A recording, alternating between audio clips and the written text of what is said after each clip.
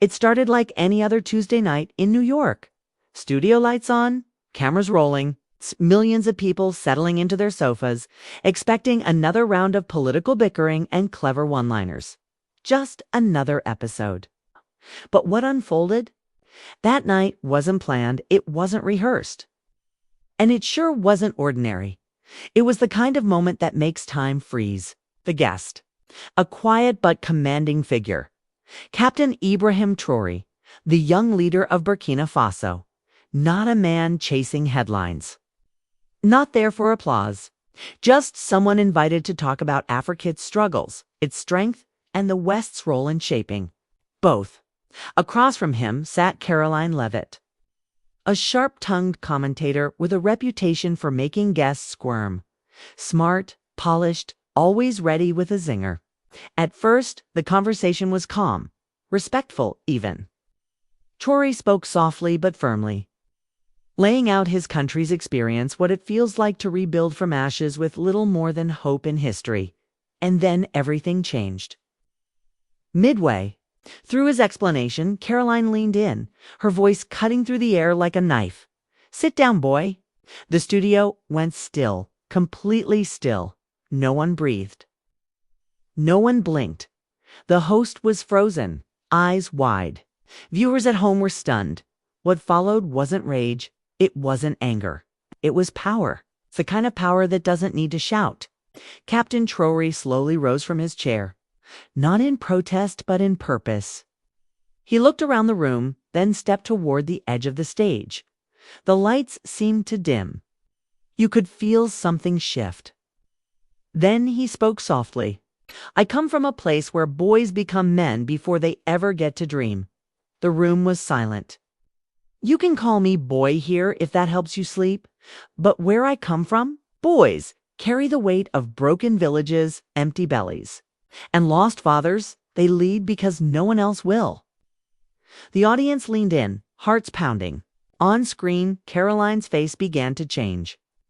That practiced smirk, fading fast. She wasn't staring at a debate opponent anymore. She was facing something deeper, something real. Traoré's voice dropped to a whisper. "I buried my father. Under an open sky, no flag, no cameras. Just the sound of my mother's cries and the dust we threw over him." Front row. An older woman clutched her heart, tears streaming down her cheeks. For a moment, the whole country seemed to go quiet. He died in a conflict fueled by foreign hands. And now? You ask me to sit down? He paused, his eyes locked on hers. "You mean the boy who watched his home burn? The one who saw his friends disappear? The boy who chose not to kneel even when the world told him to?" At that point, there were no sides, no politics. It's just truth then, the kind of dignity that can't be taught. The clip went viral in seconds. Not because someone was owned on live TV, not because of outrage, but because a young African leader reminded millions of what it looks like to stand tall with grace, with grief, and with a strength that doesn't break under pressure. That night, America didn't just watch an interview. It witnessed something rare. It witnessed a man refuse to be small, even when someone tried to shrink him.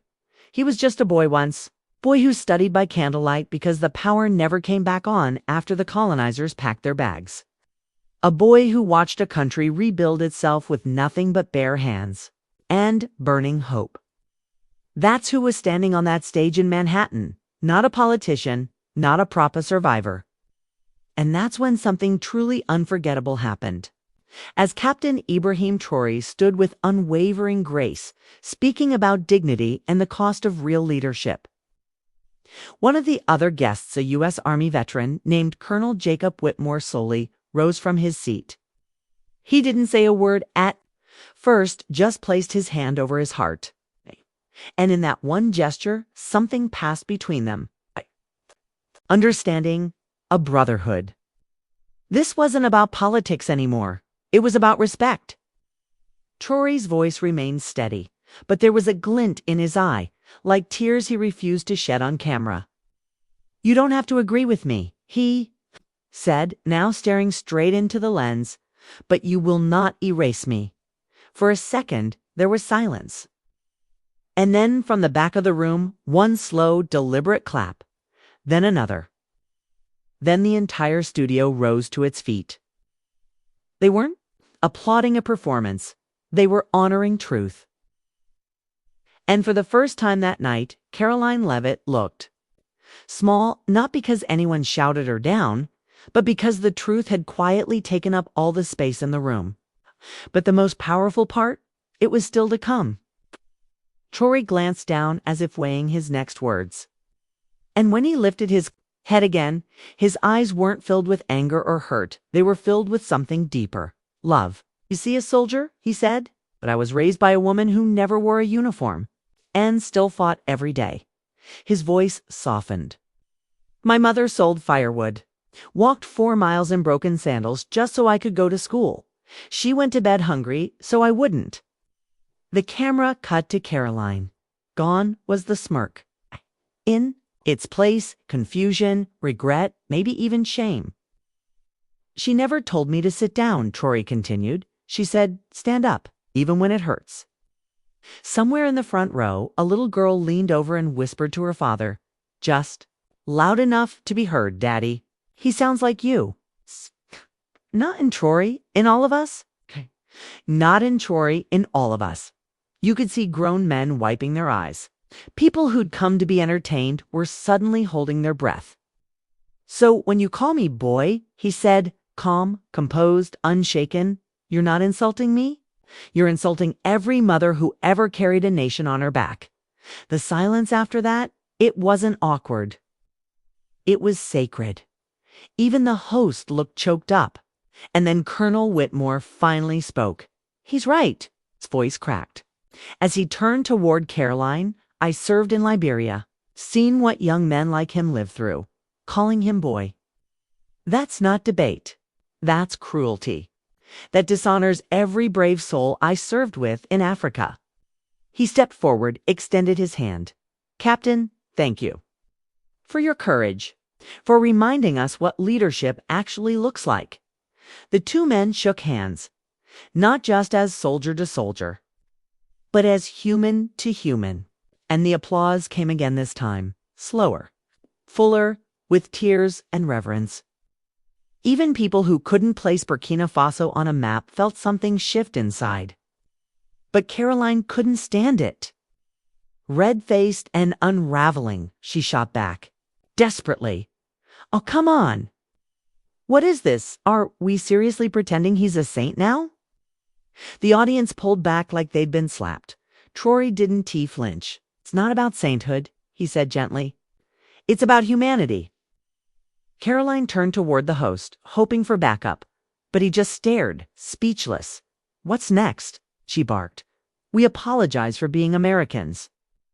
Then a voice broke through the tension. A young black woman, maybe 20, stood up in the crowd. Tears in her eyes, voice trembling, but firm. No, you apologize for being cruel. That wasn't a clapback, was a wound opening, live on air. Everyone felt it. And Caroline. She knew she had lost something that night, something bigger. Than an argument, they underestimated him. They thought they were bringing on another foreign guest, someone easy to dismiss with a smirk and a soundbite. But now, in front of millions, it wasn't Captain Traore who looked exposed. It was Caroline. As he calmly returned to his seat, the camera zoomed in on his face. No fury, no flinch. Just stillness, the kind that unsettles the powerful. And that silence, it wasn't empty. It was loaded with truth, grief, and dignity. It was the kind of silence that shifts the air in a room. The young student who had challenged Caroline earlier sat back down, but her eyes stayed fixed on her. That's why she wasn't watching a pundit anymore. She was watching a reckoning. Caroline tried to bounce back. Oh, come on, she said, forcing a dry laugh. This is America, we're allowed to disagree. But this time, no one laughed with her. The camera swept across the audience, faces wet with tears, hands held to hearts, people visibly moved. And then Captain Traore leaned forward softly. Disagreement is healthy, he said, but disrespect kills the conversation. And when you kill the conversation, you kill understanding. The applause that followed was slow, heavy, like a goodbye to something toxic we'd carried too long. Caroline sat frozen, her insult, now buried under something far stronger than rebuttal: truth. Then Captain Traore reached into his jacket and pulled out something small, folded, worn, a letter. "This," he said, barely above a whisper, "was written by my younger brother 2 days before he was killed." He paused. You could hear nothing, no camera shutters, no breathing, just stillness. He was protesting for food. You felt the air shift again. It's the kind of shift that makes people hold their breath without even knowing it. Traore unfolded the paper with careful hands. The host leaned in, eyes glassy, mouth tight. Every person in that room could feel the weight of what was coming. "Big brother," he read, "if I die, promise me they won't forget why." A gasp echoed from the back. Someone wept openly. Traore looked up, holding the letter toward the light like it was holy. "So no," he said, steady but shattered, "I will not sit down, because I carry the memory of those who were forced to kneel." Across from him, Caroline blinked rapidly. Her hands trembled. She had nothing left to say. And outside that, Studio America was already reacting. The clip hit social media like a storm. One word kept appearing under every repost: watch. But the night wasn't over. As Traore folded the letter and slid it gently back into his coat, a hush fell over the studio. Even the crew had stopped moving. No rustling, no typing, just stillness, sacred and unshaken. The host finally found his voice. "Captain Traore, is there anything you'd like to say to the American people watching tonight?" The captain looked straight into the lens. No notes, no pretense, just those deep, knowing eyes. "You don't need to know where Burkina Faso is," he said, "to understand dignity. You just have to know what it feels like to be invisible." He leaned in just a little closer. "I've never asked for pity. I ask for eyes that choose to see." Caroline sat stiff, her mouth tight, her moment crumbling around her. She wasn't the center anymore. Her voice had been drowned not by force, but by the quiet thunder of truth. Then something no one could have predicted. One of the camera operators gently set down his rig, stepped out from behind the equipment, walked across the stage, and extended his hand. "Thank you," he said, loud enough for every mic to catch, "for reminding me what honor looks like." The audience barely moved, afraid to break the spell. But it was only just beginning. From the third row, a middle-aged black woman stood up. No one asked her to. She simply rose. "I didn't come here to speak," she said softly. "Need to say this." Every eye turned toward her. "My son served in Afghanistan. He came back in a box." Her voice cracked. She placed a hand over her chest as she tried to steady herself. Even in uniform, they called him boy. Tears streamed down her face as she turned to Captain Traore. "Thank you for saying what so many of us carry in silence." No applause this time, just tears and truth.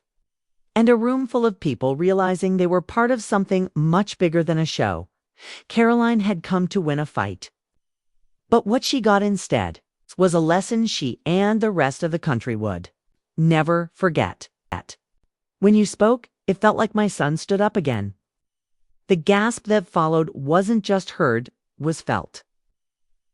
Even through TV speakers, it echoed like a heartbeat breaking wide open. The camera cut to Captain Traore. He didn't speak. He didn't need to. He simply nodded softly. It was the quiet of someone who had seen too much and understood even more. Caroline opened her mouth, maybe to defend herself, maybe to claw back control, but even she knew this wasn't her moment anymore. This belonged to something bigger than ratings or rhetoric. And then the woman said the line that shook the room: "America needs men like you, not loudmouths who talk over pain." That's when the standing ovation began, and it didn't stop. People rose to their feet not for drama, not for theater, but because they had just witnessed truth laid bare.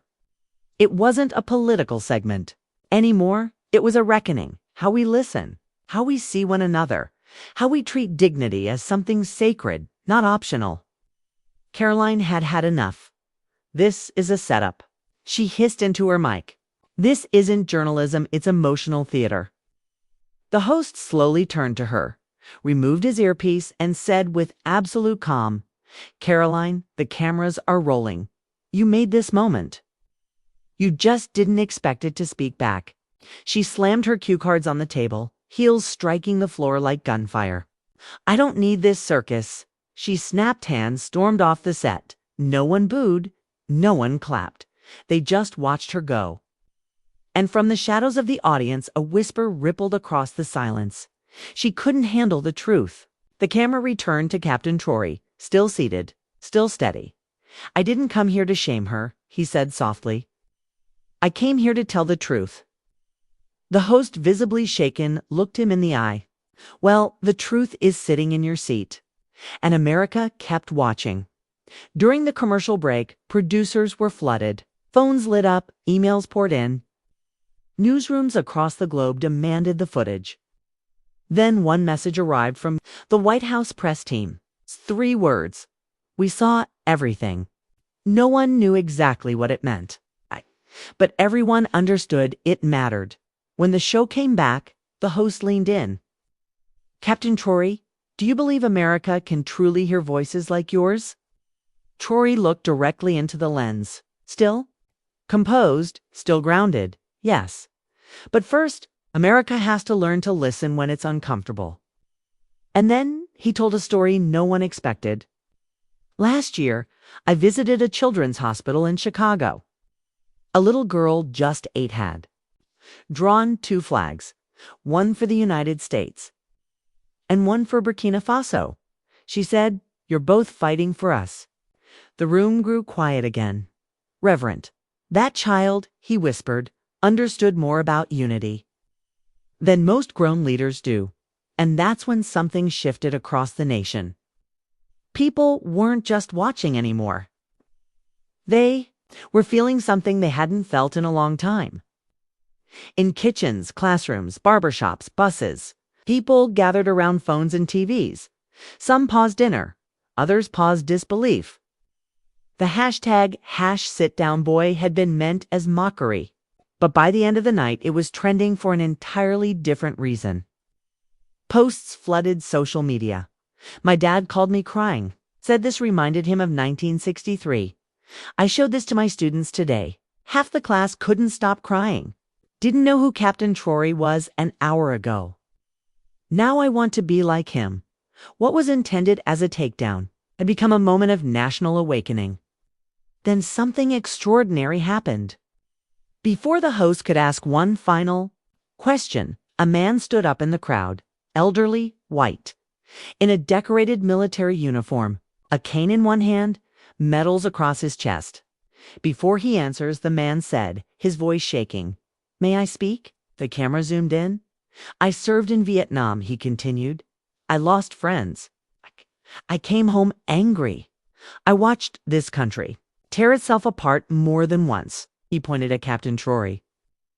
"But never, ever in all my years have I seen a man respond to such disrespect with so much grace." Then he turned to face the camera. America doesn't just owe this man an apology. America owes him respect. The audience stood again. No prompting, just instinct. Not for politics, not for sides, but for truth. And as the music faded and the show wrapped, one thing was clear. This wasn't a viral moment. This was a mirror held up to a nation. A mirror asking, who are we when we're not yelling? Who are we when someone shows us what dignity looks like, live, unfiltered, and unshaken?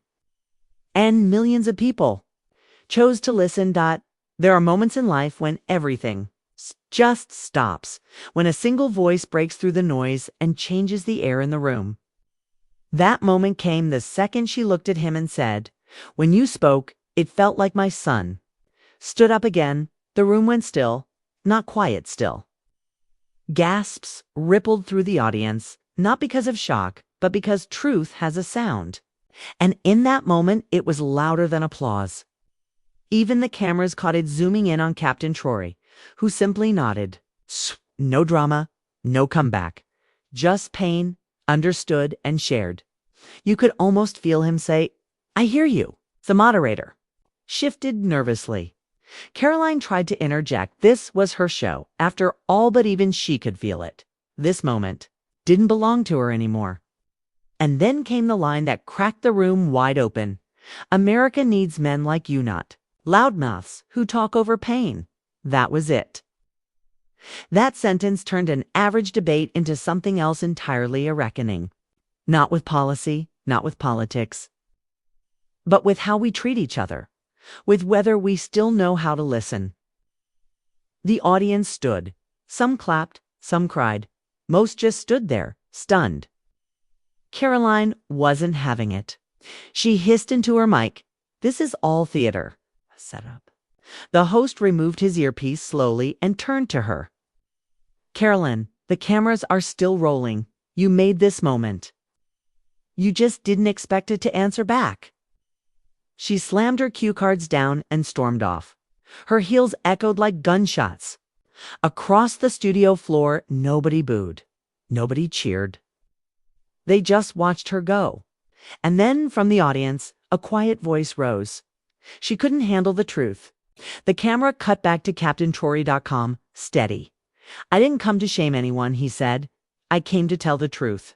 The host paused, swallowed hard. "Well, the truth is sitting in your seat, and America." It kept watching. Phones lit up across the country. Emails flooded in. Producers scrambled. Then came a message from the White House press office, just 3 words. "We saw everything." Nobody knew exactly what it meant, but everyone knew it mattered. When the broadcast returned from break, the host leaned in again. "Captain Traore, do you think America is ready to hear voices like yours?" Traore looked directly into the camera. His words were quiet, but they hit like thunder. "Yes, but first America has to learn to listen. When it's uncomfortable." Then he shared a story no one saw coming. "Last year, I visited a children's hospital in Chicago. An 8-year-old girl there had drawn to flags Burkina Faso's and the United States. She said, 'You're both fighting for us.' The audience melted. Some wept. Some simply stared. That child understood more about unity," he said, "than most world leaders do." That was the moment it became clear. This wasn't about laughter, right? It wasn't about headlines or heat. It was about heart. Across the country, people paused dinner, muted their TVs, and just listened. Hashtags exploded. But not against. Traore one read, "My dad said this reminded him of 1963. Another said, "I showed my students." Half the class cried. A teenage boy from Atlanta posted, "I didn't know who this man was an hour ago. Now I want to be like him." And just when you thought the moment had peaked, it didn't. An elderly man stood in the audience. Military uniform, medals on his chest. His voice shook. "I served in Vietnam," he said. "I came home angry. But never, not once, have I seen a man speak with more grace after being disrespected like that." He turned to the camera. America doesn't just owe him an apology. We owe him respect. No applause followed, just silence and tears. Then Captain Traore stood and shook his hand. 2 soldiers from different continents, 2 generations of pain. 1 moment of truth. Right before the credits rolled, the host received a note. "We have a video call," he said. The screen lit up. 'Twas her, the little girl from the Chicago hospital. "Hi, Captain," she beamed, waving her red, white, and green paper flag. "You remembered me," and that was it. The room broke. Even the host reached for a tissue. "You told me I was brave," she said, "but tonight, you were the bravest." Captain Traore held his hand over his heart, his voice breaking. "You are the future I fight for. She smiled, then added, "Next time someone says, 'Sit down, boy,' I'll tell them to stand up like Captain Traore." That line hit harder than any political speech ever could. People didn't just clap. They stood. Because this wasn't a segment anymore. It was a chapter in American history. Later that night, Traore sat alone in his hotel room. His phone buzzed with messages from world leaders, celebrities, veterans, mothers. But it was a letter slipped under his door that stopped him cold. It was from the National Civil Rights Museum in Memphis. "You didn't just speak for yourself," it said. "You spoke for everyone who was ever told to sit down.